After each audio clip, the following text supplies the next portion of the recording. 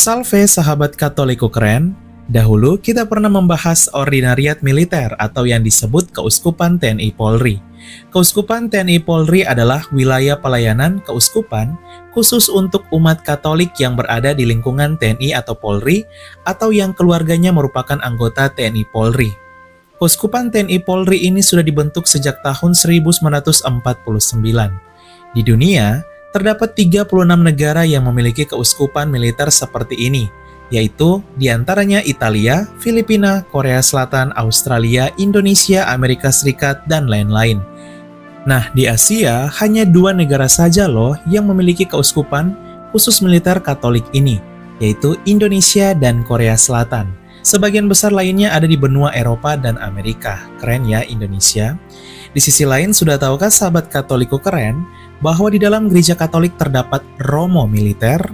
Wah, mungkin masih asing kan bagi sebagian besar sahabat Katoliku keren. Yuk kita mengenalnya lebih dekat. Sahabat Katoliku keren, kita tahu bahwa seorang Romo atau pastor atau imam bertugas untuk melayani umat dan mempersembahkan misa.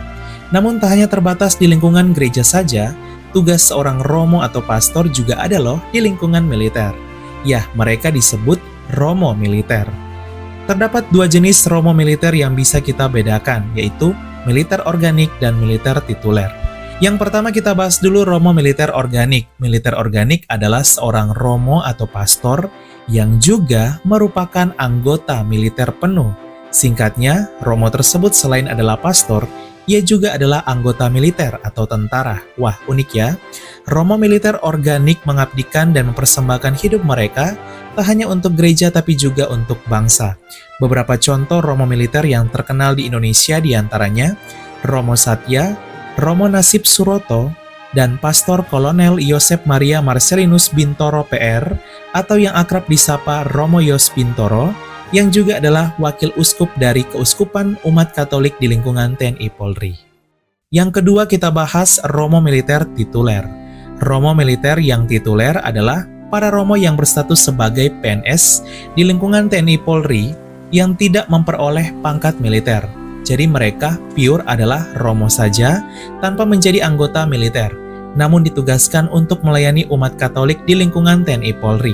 Beberapa contoh para Romo yang pernah menjadi Romo militer tituler ialah Romo Hari, Romo Sigit, Romo Heribertus, Romo Albertus, dan Romo Winarno. Namun beberapa tahun sebelumnya, TNI sudah tidak mencantumkan pangkat tituler lagi, sehingga mereka diangkat menjadi anggota militer organik atau pastor militer. Sahabat Katoliku keren, sampai di sini sudah tahu kan perbedaannya? Jadi, kalau Romo militer tituler adalah para Romo yang melayani lingkungan TNI Polri. Sedangkan Romo militer organik adalah para Romo yang juga merupakan anggota militer atau Romo sekaligus militer.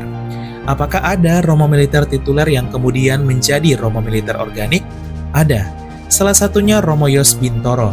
Beliau dulunya adalah Romo militer tituler yang hanya melayani umat saja, yang kemudian diangkat menjadi anggota militer penuh sehingga statusnya berubah menjadi Romo militer organik, Romo sekaligus anggota militer.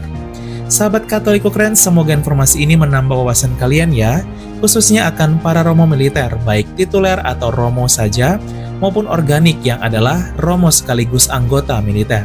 Keren ya? Mari kita doakan semoga karya para Romo militer kita di Keuskupan Umat Katolik di lingkungan TNI dan Polri senantiasa diberkati. Sekian dan terima kasih, Katoliku keren, salve!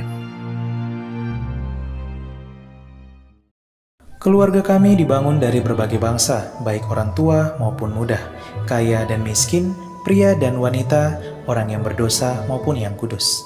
Keluarga kami selama berabad-abad telah ada di dunia ini. Dengan rahmat Tuhan, kami membangun rumah sakit dan merawat orang sakit. Membangun panti-panti asuhan untuk membantu orang miskin. Kami adalah organisasi berbasis keagamaan terbesar di dunia, memberikan penghiburan bagi mereka yang membutuhkan. Kami mendidik lebih banyak orang dibandingkan organisasi lain. Kamilah yang mengembangkan metode ilmiah dengan pembuktian yang ilmiah juga. Kami mengembangkan sistem pendidikan dunia dan memperjuangkan hak dalam kehidupan setiap manusia maupun juga dalam pernikahan dan keluarga. Banyak kota di dunia diberi nama orang kudus. Kami menjadi inspirasi atas jalan suci mereka. Dibimbing oleh Roh Kudus, kamilah yang membuat Alkitab dan melestarikan tradisi suci. Roh Kuduslah yang masih terus membimbing kami hingga lebih dari 2000 tahun. Kami adalah Gereja Katolik. Dengan jumlah anggota keluarga lebih dari 1 miliar, memberikan sakramen sebagai pemenuhan hidup iman Kristiani. Selama berabad-abad kami selalu berdoa untukmu dan juga untuk dunia, setiap jam dan setiap hari dalam misa yang kudus. Yesus sendirilah yang mendirikan gereja kami ketika ia mengatakan kepada Petrus, pemimpin gereja Katolik pertama, "Engkau adalah Petrus dan di atas batu karang ini akan kudirikan gerejaku." Selama 2000 tahun kami memiliki garis kepemimpinan yang tak terputus, yang membimbing gereja Katolik untuk mengasihi dunia yang saling melukai di dalam dunia yang dipenuhi kekacauan dan luka.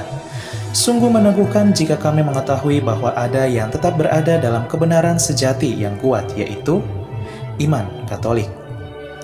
Cinta kasih yang kekal dari Tuhan dianugerahkan kepada seluruh ciptaannya. Jika Anda jauh dari gereja Katolik, kami mengajak Anda untuk mengunjungi gereja Katolik hari ini karena kami selalu terbuka. Kami adalah keluarga besar yang dipersatukan oleh Yesus Kristus yang adalah Tuhan dan Juru Selamat kami.